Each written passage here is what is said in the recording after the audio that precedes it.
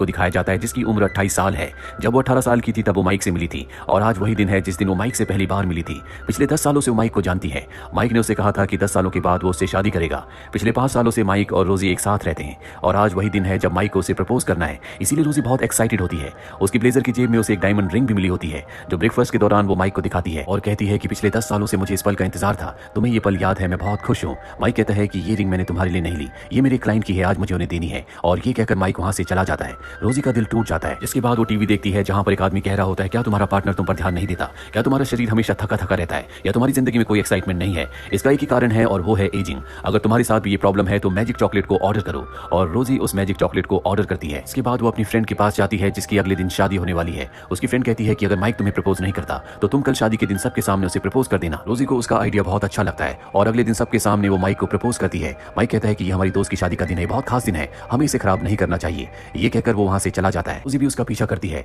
वो जानना चाहती है कि माइक के दिल में क्या है। रास्ते में माइक उसे कहता है कि मैं तुमसे ब्रेकअप कर रहा हूँ। ये सुनकर रोजी का दिल टूट जाता है और रोने लगती है। उसने जो मैजिक चॉकलेट्स ऑर्डर की थी वो आ चुकी है जो उसी के सामने गाड़ी में होती है। टेंशन और फ्रस्ट्रेशन में वो चॉकलेट्स खा लेती है जिसके बाद उसके अंदर बहुत कुछ बदलने लगता है। कुछ पलों के लिए वो शून्य में चली जाती है और जब वो वापस अपनी सेंसेस में आती है तो देखती है कि उसने अपनी कार से दूसरी कार को हिट कर दिया होता है। वो अपनी कार से बाहर निकलती है, अपने आप को कार के ग्लास में देखती है। वो देखती है कि वो पहले से बहुत यंग हो चुकी है। वो एक बार फिर से अपनी फ्रेंड के पास जाती है। उसकी फ्रेंड जो कि उसे पिछले कई सालों से जानती है, वो समझ जाती है कि ये रोजी तो है लेकिन इसका दिमाग आज से 10 साल पहले यानी कि 17 साल की उम्र में जा चुका है। दरअसल उसकी एज कम नहीं हुई होती लेकिन 10 साल आगे क्या हुआ रोजी को कुछ याद नहीं है। उसका माइंड अब उसी पॉइंट पर है जहां पर 17 साल पहले था। 17 साल की उम्र के बाद उसके साथ क्या हुआ उसे कुछ याद नहीं है। वो सोचती है कि वो अब एक मशहूर पेंटर बन चुकी होगी, वो फ्रांस जाना चाहती थी, वो फ्रांस भी गई होगी। ये सब उसके सपने थे और उसकी दोस्त बताती है कि तुम कुछ भी नहीं हो। ये सुनकर उसे बहुत दुख होता है। पूछती है कि मैंने 10 साल क्या किया। उसकी दोस्त बताती है कि तुम 10 सालों से माइक को डेट कर रही हो, 5 सालों से उसके साथ रह रही हो और आज उसने तुम्हारे साथ ब्रेकअप भी कर लिया। ये सुनकर उसे बहुत हैरानी होती है। अब माइक भी वहां पर आ जाता है। माइक उससे कहता है कि मैं तुम्हारे साथ नहीं रह सकता, दोनों की लाइफ बहुत मोनोटोनस है,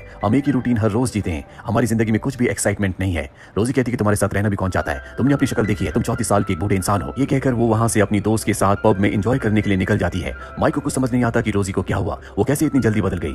पब में दिखाया जाता है जहां पर रोजी बहुत एंजॉय करती है, उसके अंदर बहुत एनर्जी होती है, पर कुछ ही घंटों के बाद उसके अंदर जो चॉकलेट का असर होता है वो पूरी तरह से खत्म हो जाता है। वो एक बार फिर से 28 साल की रोजी बन जाती है। वो अपने आप को पब में देखकर हैरान हो जाती है। उसकी दोस्त उसे उसकी रिकॉर्डिंग दिखाती है और बताती है कि तुमने क्या क्या किया। वो अपने इस बदले हुए रूप और व्यवहार को देखकर हैरान होती है। तभी माइक का उसे कॉल आता है। माइक कहता है कि तुम्हारे पास मेरा आईपैड है जिसमें बहुत इंपॉर्टेंट डिजाइन है जो मुझे अपने क्लाइंट्स को दिखाने हैं, मुझे मेरा आईपैड चाहिए। लेकिन रोजी को याद नहीं होता कि उसने आईपैड कहां रखा है क्योंकि जब उसका दिमाग 17 साल वाली रोजी का हो गया था तब उसने रखा था। और एक बार फिर से अब वो 28 साल की रोजी बन चुकी है यानी कि 17 साल की रोजी ने जो किया वो 28 साल की रोजी को नहीं पता होता और 28 साल की रोजी जो करती है वो 17 साल की रोजी को पता नहीं होता। अब रोजी को ऐसा लगता है कि वो कार बहुत तेज चला रही थी, इसलिए उसका माइंड 10 साल पीछे यानी 17 साल वाली रोजी का हो गया था। वो अपनी दोस्त के साथ एक टैक्सी को हायर करती है और टैक्सी ड्राइवर से कहती है कि स्पीड से टैक्सी चलाओ। हालांकि वो बहुत स्पीड से चलाता है लेकिन इसका कोई फायदा नहीं होता और स्पीडिंग की वजह से पुलिस इन्हें पकड़ लेती है जहां पर माइक आता और पूछता है कि मेरा आईपैड कहां पर है। उसे कुछ भी याद नहीं है। वो बहुत ज्यादा नर्वस हो जाती है, इसीलिए बैग से वो एक बार फिर से एक और चॉकलेट खा लेती है। चॉकलेट खाने के बाद उसका दिमाग एक बार फिर से 17 साल वाली रोजी का हो जाता है। माइक को उसके आईपैड का ट्रैकिंग कोड देकर वहां से निकल जाती है। जिसके बाद वो एक मेट्रो में जाती है।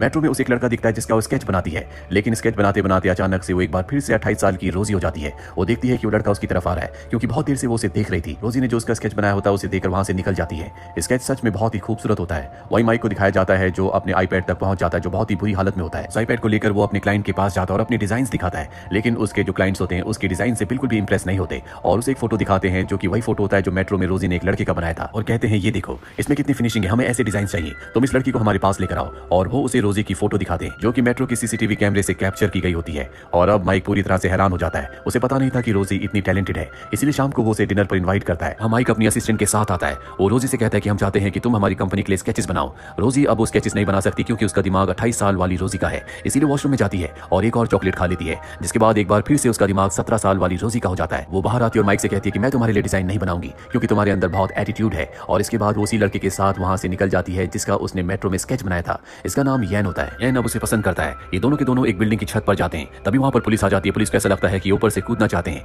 पुलिस इन्हें पकड़कर अपने साथ ले जाती है। यहाँ कुछ देर बाद माइक आता है और रोजी को अपने साथ गाड़ी से घर की तरफ निकल पड़ता है। वो रोजी से कहता है कि मैं चाहता हूँ कि तुम हमारी कंपनी के लिए स्केचेस बनाओ। रोजी उसकी बात का कोई जवाब नहीं देती। अगली सुबह वो स्केचेस बनाने की कोशिश करती है लेकिन इस वक्त वो 28 साल वाली रोजी है। उसकी ड्राइंग उतनी अच्छी नहीं होती। 10 सालों में उसने सब कुछ बर्बाद कर दिया। शाम को माइक रोजी को अपने साथ टेनिस कोर्ट में ले जाता है जहां पर रोजी टेनिस खेलती है लेकिन वो बहुत बुरा खेलती है। इससे उसे बहुत दुख होता है। वो अपने साथ चॉकलेट शेक लाई होती है जो उसकी दोस्त ने उसे बना कर दिया था। वो उसे पी लेती है। भी उसकी दोस्त का उसे कॉल आता और कहती है कि मैंने एक चॉकलेट शेक में मिला दी थी और अब क्योंकि उसने पी ली है इसीलिए एक बार फिर से उसका दिमाग 17 साल वाली रोजी का हो जाता है। इसके बाद वो बहुत ही बेहतरीन टेनिस खेलती है, यहाँ तक कि वो माइक के बॉस को भी हरा देती है और वहां से निकल जाती है। वो यैन से मिलने जाती है जिसे वो पसंद करती है। यैन भी उसे बहुत पसंद करता है। यैन कहता है कि इससे पहले कि तुम्हारा दिमाग फिर से बदले मैं तुम्हें बहुत दूर ले जाऊंगा। वो उसे अपने दोस्तों के साथ कैंपिंग करने के लिए ले जाता है। अब यहाँ पर 17 साल की रोजी को पता है कि वो 28 साल की रोजी बन जाती है और 28 साल वाली रोजी को भी पता है कि वो 17 साल वाली रोजी बन जाती है। लेकिन ये दोनों अपनी अपनी एज वाले दिमाग में क्या करते हैं इन्हें नहीं पता। अब 17 साल के दिमाग वाली रोजी यैन के साथ है जो उसे किस करना चाहता है। हालांकि वो पहले भी कोशिश कर चुका है, लेकिन जैसे वो किस करने वाला था उसका दिमाग 28 साल वाली रोजी का हो गया था। एक बार फिर से चॉकलेट का असर खत्म होने वाला है। दरअसल चॉकलेट का असर 5 घंटों के लिए होता है,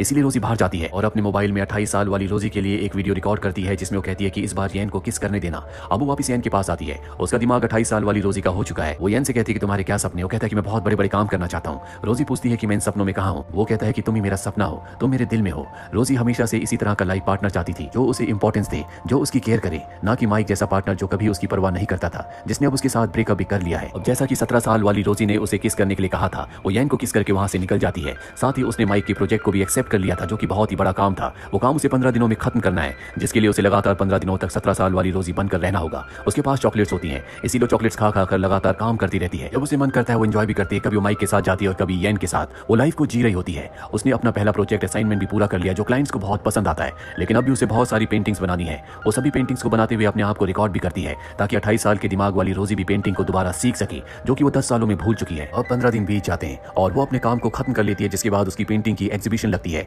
जहां पर माइक का बॉस भी आता है। वहां पर जितने भी लोग होते हैं सबको उसकी पेंटिंग बहुत अच्छी लगती है, सब उसकी बहुत तारीफ करते हैं। लेकिन यहाँ पर रोजी और उसकी दोस्त को पता चलता है कि चॉकलेट फैक्ट्री अब डिस्ट्रॉय हो चुकी है, यानी कि अब इनके पास जितनी चॉकलेट्स हैं उन्हीं से इन्हें काम चलाना होगा। वो चॉकलेट्स खत्म होने के बाद कभी भी 17 साल वाली रोजी वापस नहीं आएगी। अब जितने भी लोग एग्जीबिशन देखने आए होते हैं वो कहते हैं कि हम चाहते हैं कि तुम एक लाइव पेंटिंग बनाओ। हालांकि रोजी के पास अब भी चॉकलेट होती है, लेकिन उसे तय करना है कि उसे 17 साल वाली रोजी बनकर पेंटिंग बनानी है या 28 साल वाली रोजी बनकर। इस वक्त उसका दिमाग 28 साल वाली रोजी का होता है। वो तय करती है कि वो अपने अस्तित्व में रहकर ही पेंटिंग बनाएगी और वो पेंट करना शुरू करती है। सच में वो बहुत ही अच्छी पेंटिंग बनाती है, क्योंकि इतने दिनों तक 17 साल वाली रोजी के वीडियोस देखने के बाद, उसके दिमाग में रहने के बाद अब कहीं ना कहीं उसका छुपा हुआ टैलेंट वापस आ चुका है। एग्जीबिशन खत्म होने के बाद वो वापस अपने घर आ जाती है जहां पर अब भी उसके पास कुछ चॉकलेट्स हैं। वो तय करती है कि वो कुछ और दिन 17 साल वाली रोजी बनकर एंजॉय करेगी। वो चॉकलेट खाकर यैन के पास जाती है, लेकिन वो देखती है कि यैन किसी और लड़की के साथ बाइक राइड पर जा रहा है। उसे इससे बहुत दुख होता है। कुछ देर बाद जब वो 28 साल की रोजी बन जाती है तो वो यैन से पूछती है कि तुमने मुझे धोखा क्यों दिया। यैन कहता है कि मैंने भी तुम्हें किसी और के साथ देखा था, इसलिए मैंने भी गर्लफ्रेंड बना ली। ये सुनकर रोजी को गुस्सा आता है। वो उसके मुंह पर ड्रिंक फेंक कर अपने घर आ जाती है, लेकिन अब वो यैन से सच में बहुत प्यार करती है। इसीलिए घर आकर वो अपनी दोस्त से कहती है कि मैं चॉकलेट खाकर यैन के पास जाऊंगी, हमेशा उसके साथ रहूंगी। और अब घर आकर वो चॉकलेट खाती है, जिसके बाद वो यैन से मिलने जाती है और कहती है कि मैं तुम्हारे साथ रहना चाहती हूँ। यैन की गर्लफ्रेंड कहती है कि कल हमेशा के लिए हम इस शहर को छोड़कर दूसरे शहर जा रहे हैं, क्या तुम सब कुछ छोड़कर उसके साथ दूसरे शहर जा सकती हो। उसकी बात का वो कोई जवाब नहीं देती और घर आ जाती है। उसे बहुत दुख होता है। वो यैन को खोना नहीं चाहती। उसकी आंखों में आंसू होते हैं, उसके दिल में दर्द है। उसकी दोस्त को भी उसकी हालत देखकर बहुत दुख हो रहा होता है, क्योंकि पहले भी उसने माइक के लिए इसी तरह से सब कुछ सेक्रीफाइस किया था। अगली सुबह वो बहुत सारी चॉकलेट्स खाकर स्टेशन जाती है। यैन को एहसास हो जाता है कि उससे रोजी मिलने के लिए आई है, पर इससे पहले कि रोजी उस तक पहुंचती वो बेहोश हो जाती है। इसके बाद वो अपनी कॉन्शियस में जाती है जहां पर उसके सामने 28 साल की रोजी होती है। वो कहती है कि तुम वही गलती दोबारा कर रही हो जो मैंने 10 साल पहले की थी, जब मैंने माइक के लिए सब कुछ छोड़ दिया था। तुमने मुझे जीना सिखाया, तुमने मुझे एक बार फिर से मेरी जिंदगी का मीनिंग दिया और अब तुम फिर से वही गलती कर रही हो। ये सुनकर 17 साल की रोजी उसके पास आती है, लेकिन इससे पहले कि ये दोनों एक दूसरे को टच करते इनके बीच में एक अदृश्य दीवार होती है जो इन्हें एक दूसरे के पास नहीं आने देती। 28 साल की रोजी कहती है कि तुम मुझसे कभी दूर मत जाना, तुम्हारी वजह से मेरा अस्तित्व है। 17 साल की रोजी कहती है कि मैं तुम्हारे अंदर ही हूँ, तुम्हारी वजह से मैं बाहर आ पाई, क्योंकि कहीं ना कहीं मैं तुम्हारे दिल और दिमाग में हमेशा थी, हूँ और रहूंगी। इसके बाद 17 साल की रोजी गायब हो जाती है। एक उसी पल 28 साल की रोजी को होश आता है जो कि हॉस्पिटल में होती है। अब कुछ महीनों बाद दिखाया जाता है कि रोजी अपने करियर में बहुत कामयाब हो चुकी है। यैन उसकी कामयाबी देखकर बहुत खुश होता है। साथ ही माइक को एहसास हो चुका है कि उसने पास्ट में बहुत गलतियां की थी। रोजी उसके लिए एक बेहतरीन लड़की है और वो भी रोजी से बहुत प्यार करता है। इसीलिए एक बोर्ड लेकर वो रोजी के घर के आसपास भागता है जिसमें लिखा होता है क्या तुम मेरी जिंदगी में वापस आओगी। मीडिया भी सब कुछ कवर कर रही होती है। रोजी विंडो से उसे देखती है और उसके चेहरे पर मुस्कुराहट आ जाती है। हो सकता है कि रोजी उसके प्रपोजल को एक्सेप्ट कर ले। ये कहानी हमें सिखाती है कि कभी हमें अपनी जिंदगी पर किसी को कंट्रोल नहीं करना चाहिए, किसी के लिए अपने सपनों को नहीं छोड़ना चाहिए, क्योंकि हर कोई उगते हुए सूरज को ही नमस्कार करता है, कोई डूबते हुए सूरज को नमस्कार नहीं करता। अगर हम अपनी जिंदगी में कामयाब हैं तो हम वो हर चीज हासिल कर सकते हैं जो हम हासिल करना चाहते हैं। हर कोई हमारी रिस्पेक्ट करेगा जो हर इंसान चाहता है। उम्मीद करते हैं कि ये कहानी आपको पसंद आई होगी।